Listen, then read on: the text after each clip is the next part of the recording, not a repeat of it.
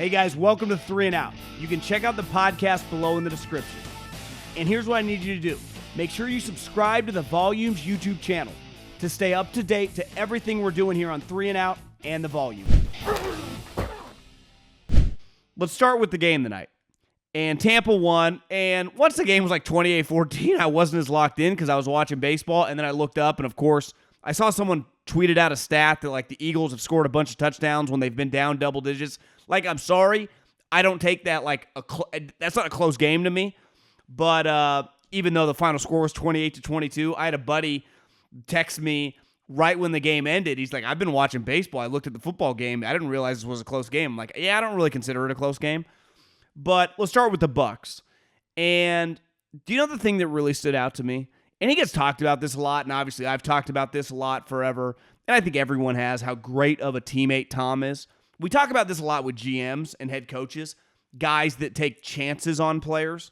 And I worked for a coach, Andy Reid, who's taken a lot of chances on players and given them, second opportunities and let them resurrect their careers, and is very liberal in that sense and open-minded with guys. And some coaches are more than others.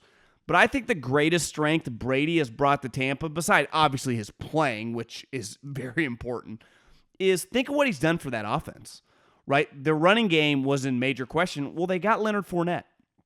And a big reason remember the first day they signed Leonard Fournette on social media, there was a picture of Leonard and Tom, and it looked like they were at Tom's house.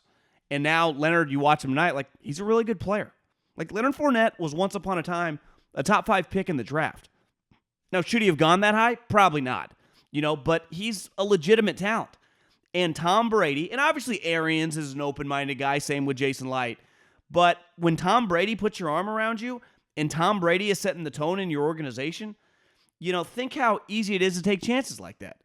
And then who led them in receiving tonight? I don't know, this guy named Antonio Brown that had one of the greatest 6-year stretches in the history of the league that Tom Brady pounded the table for to sign in New England. And then when they cut him, reports have been that Tom was not happy when they made that move to get rid of Antonio Brown. Remember, he had that touchdown against Miami a couple years back. And look at how Antonio looks this year. I looked it up during the game after he scored his touchdown. He has 8 TDs since he joined the Bucs.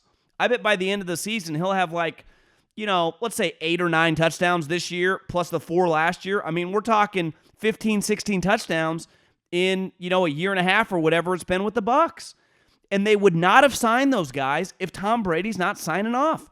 Tom Brady's not only signing off, a lot of coaches get crushed, like he gives all these guys second opportunities. Tom Brady is the most, open-minded and second chance oriented general manager in the league. He looks at Bruce and he looks at Jason Light and he says, go get him. I'll take care of him. I will mentor this guy.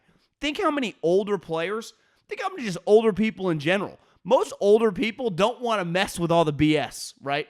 You run out of energy. And 44 in football years is the equivalent of 75. Think how many guys in their 60s and 70s are still open-minded with stuff.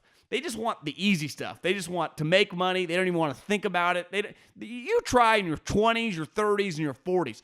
Tom, football years, at 44, you would think he would just, I don't want to mess with these head cases.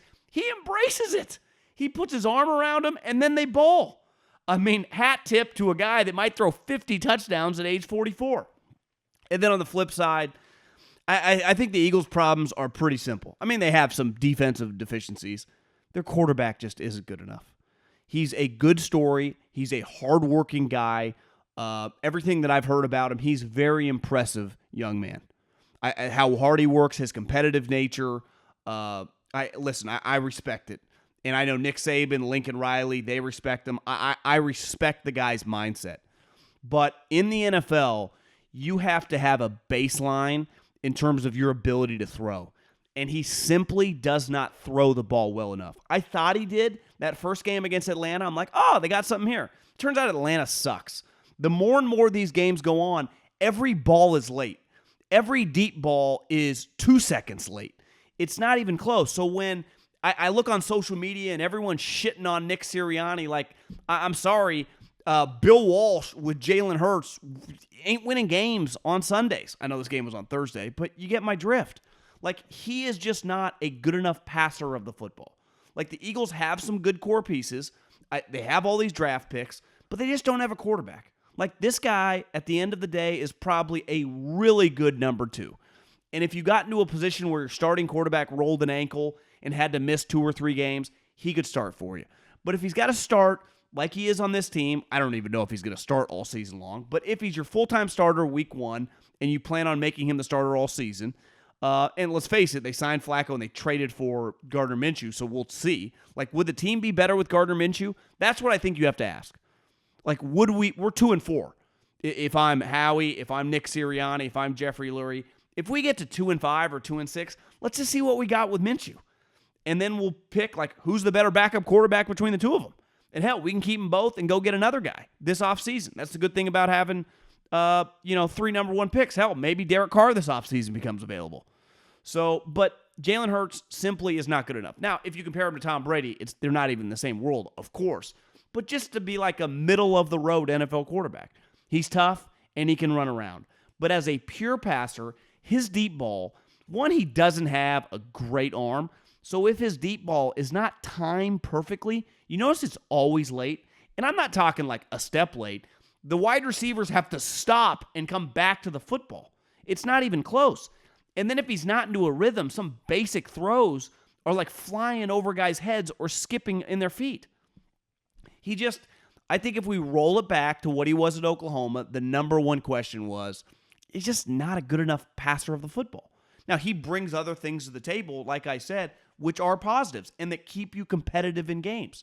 But to win games, especially against the defending champs or just good teams, you got to make... I'm not even talking about basic passes. I'm talking about like above average passes, a deep out, a deep in, a go route that they clearly had schemed all week long because you go, well, Tampa's DBs and their corners are all injured. So they're playing with Richard Sherman was on his couch 2 weeks ago, and now he was starting him by like 2 series in. He blew his hamstring or something. So you can take advantage of these corners, especially with the Eagles. They have really fast wide receivers. So let's go deep. Well, the Eagles are built to throw bombs, but their quarterback isn't. And I just think you're seeing, the more you play when you're a true backup, and I think, let's just be real, that's probably what he is, the more you play, the more you get exposed. And it's why a guy like Chase Daniels, some of these backups, you never play, you're good, right? You're just like, I'm just collecting these couple $1 million. I'm a good teammate. I'm a good study guy with my assistant coaches love me.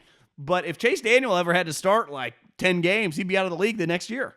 Blaine Gabbert, you see him on the sideline? He's living his best life. He never has to play.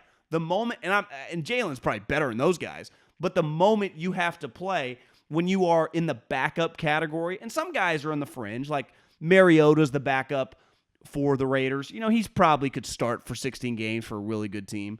But I just don't think Jalen's good enough. Thanks for watching 3 and Out. You can check out the podcast below in the description, and make sure you subscribe right now to the Volumes YouTube channel.